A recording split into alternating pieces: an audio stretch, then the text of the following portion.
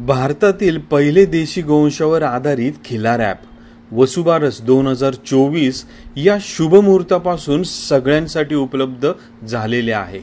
Android व iPhone या दोन्ही फोनमध्ये खिलार ॲप डाउनलोड करू शकता। भारतातील प्रत्येकाने ॲप आजच डाउनलोड करा। महाराष्ट्र काय, कर्नाटक काय, सर्वांनी सबस्क्राइब करा खिलार महाराष्ट्राची शान आणि क्लिक करा बेल आयकॉनवर। एन्जॉय। खिलार महाराष्ट्राची शान चॅनलच्या या भव्य व्यासपीठावर आपल्या सर्वांचं सहर्ष स्वागत आहे मंडळी। आज चॅनलच्या माध्यमातून आपण भव्य व्यासपीठ हा उल्लेख करण्यामागचं कारण पण तसंच आहे की आजपर्यंत चॅनलच्या माध्यमातून आपण सोशल मीडिया असेल, त्याचबरोबर नुकतंच लॉन्च केलेलं खिलार ॲप असेल किंवा खिलारचं पुस्तक जे येत्या काही दिवसामध्ये येतंय आणि त्याचबरोबर यूट्यूब, इंस्टाग्राम, फेसबुकच्या माध्यमातून आपण जास्तीत जास्त खिलारचा प्रचार आणि संवर्धन करण्याच्या बाबतीत ज्या पद्धतीने आपण सगळे मिळून एकत्र काम करत आहोत, त्यामुळे नक्कीच याला एक भव्य व्यासपीठ म्हणणं काही वावगं ठरणार नाही। आणि सध्या पाहत असलेल्या कळपातील गाई या सलगरे गावातील आहे। सलगरे हे सांगली जिल्ह्यातलं गाव आहे की महाराष्ट्र कर्नाटकच्या बाउंड्रीवरती येतं आणि महाराष्ट्रामध्ये आज सगळ्यात जास्त प्रमाणात गायी जर कुठे असतील तर या सलगरे भागामध्ये मोठ्या प्रमाणात कळप पाहायला मिळतात। आजच्या तारखेला जर पाहायला गेलं तर हे आपण म्हणतोय की मोठे कळप आहेत, पण तेथील शेतकरी म्हणतात की आता हे कळप तेवढे राहिलेच नाहीयेत। हे खूप म्हणजे हाताच्या बोटावर मोजण्या इतके कळपातल्या गायी आहे। मग जुन्या काळात किती मोठ्या प्रमाणात असतील याचा आपण अंदाज लावूनच थोडंसं अवघड आहे। आणि सलगरे भागामध्ये सध्या पाहत असलेली जी काळी मोरी कालवड आपण पाहतो या मोठ्या प्रमाणात आपल्याला सलगरमध्ये पाहायला मिळतात। आणि मागे देखील आपण सांगितलं की सलगरे भागामध्ये त्या पद्धतीचा वळू असल्यामुळे त्या पद्धतीची वासरं ही त्या भागात आपल्याला जास्त प्रमाणात पाहायला मिळाली। आणि सलगरे भागामधल्या या ज्या कालवडी असतील किंवा गायी असतील तर त्या आपल्याला जर घ्यायच्या असतील तर गायी घेऊन ती आपल्या हातावर येणं, ती आपल्याकडे दावणीला येऊन सांभाळल्या जाणं याला बराचसा काळ जाऊ शकतो, त्यामुळे ती अवघड गोष्ट आहे। त्यामुळे तिथली लोक आवर्जून म्हणतात की न्यायची असेल तर कालवडी आवर्जून घेऊन जावा।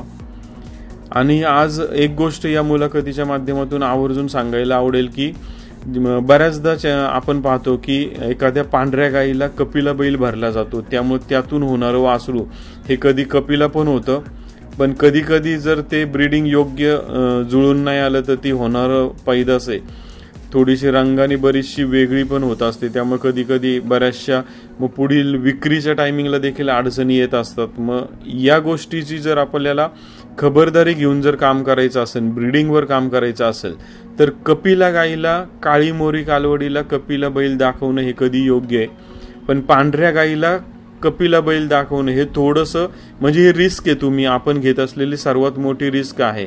मग ती होणारी पैदास कशा पद्धतीची होईल, ती जर योग्य कपिलाच झाली तर तिथं आपण लक म्हणूया आपलं, पण जर ती योग्य कपिला नाही झाली, तिचा रंग कसाही काळा पांढरा मिक्स हा काळ्या मोऱ्या कालवडी सारखा पण नाही झाला तर मग ते दिसणार किंवा पुढे विक्रीला करताना आपल्याला बऱ्याचशा अडचणी येऊ शकतात।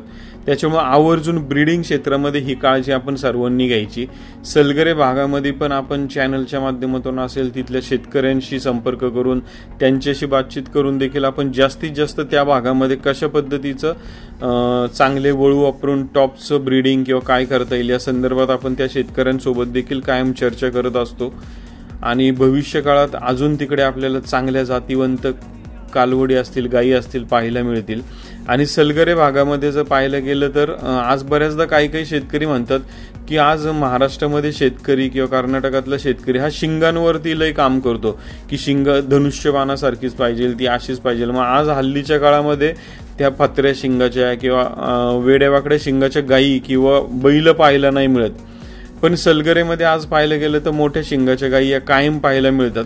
आता तसं पाहायला गेलं तर तिथला शेतकरी काही शिंगावरती कुठल्याही प्रकारचं काम करत नाही, पण रानावानात चरत असताना ज्या नैसर्गिक पद्धतीने त्या वाढतात त्याला कुठलंही टच माणसाचा किंवा आपल्या गोष्टींचा होत नाही, त्यामुळे त्या बऱ्यापैकी या चांगल्याच होत असतात।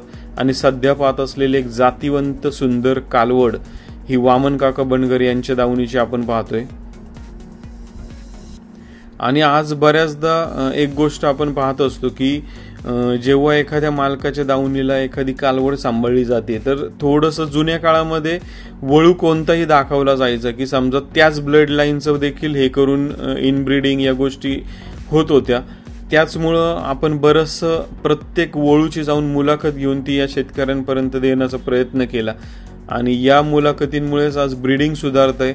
आज शहरी भागात देखील गायी मोठ्या प्रमाणात आहे आणि याचमुळे आपण यंदाच्या वर्षी खिलार महाराष्ट्राची शान चॅनलचं जे 2025चं कॅलेंडर आहे मंडळी, याच्यामध्ये आपण हायब्रिड ब्रीडिंग किंवा लाईन ब्रीडिंग किंवा आउटलाईन ब्रीडिंग किंवा इन ब्रीडिंग या संदर्भातली विशेष माहिती ही जास्तीत जास्त माहिती यंदाच्या वर्षी कॅलेंडरमध्ये असणार आहे. ती माहिती तुमच्या सोबत असली तर कदाचित पुढील काळामध्ये तुम्ही स्वतः ब्रीडिंगमध्ये म्हणा किंवा खिलार ओळखण्यासंदर्भात तुमचा स्वतःचा त्याच्यामधला अभ्यास हा जास्तीत जास्त असेल. ही माहिती आपण महाराष्ट्र कर्नाटकातले जुने जाणकार असतील, शेतकरी असतील, जे ह्याच्यामध्ये बरेचशी वर्ष काम करतात यांच्या मार्फत आपण तुमच्यापर्यंत पोहोचवतोय. म्हणजे ह्या माहिती तुमच्यापर्यंत देण्याच्या मागे बऱ्याच जणांचा, शेतकऱ्यांचा, जुने जाणकार लोकांचा याच्यामध्ये बराचसा अभ्यास आपण तुमच्यापर्यंत पोहोचवतोय. त्यामुळे 2025चं कॅलेंडर आवर्जून घ्या की या 25च्या कॅलेंडरमध्ये आपण जास्तीत जास्त ब्रीडिंग कसं सुधारलं जाईल आणि ब्रीडिंग सुधारण्यासाठी आपण खिलार महाराष्ट्राची शान चॅनलच्या पुढाकाराने आपण सर्व महाराष्ट्र कर्नाटकातील शेतकऱ्यांना एकत्रित घेऊन एक ब्रीडिंग प्रोग्राम राबवतोय की ज्याच्यामध्ये आपण खिलारला चिप बसवणार आहोत की जेणेकरून पुढील भविष्य काळात त्या खिलारची वंशावळ आपल्याला मेंटेन राहण्यासाठी त्याची ऑनलाईन नोंदणी आपल्याकडे कायम राहील की जेणेकरून पुढील भविष्य काळात सगळ्यात काय म्हणू आपण एव्हरेस्ट शिखरावरती आपली खिलार असेल. धन्यवाद मंडळी. अशाच प्रकारची माहिती पाहत राहूया. खिलार महाराष्ट्राची शान. खिल्लार महाराष्ट्राची शान. खिल्लार महाराष्ट्र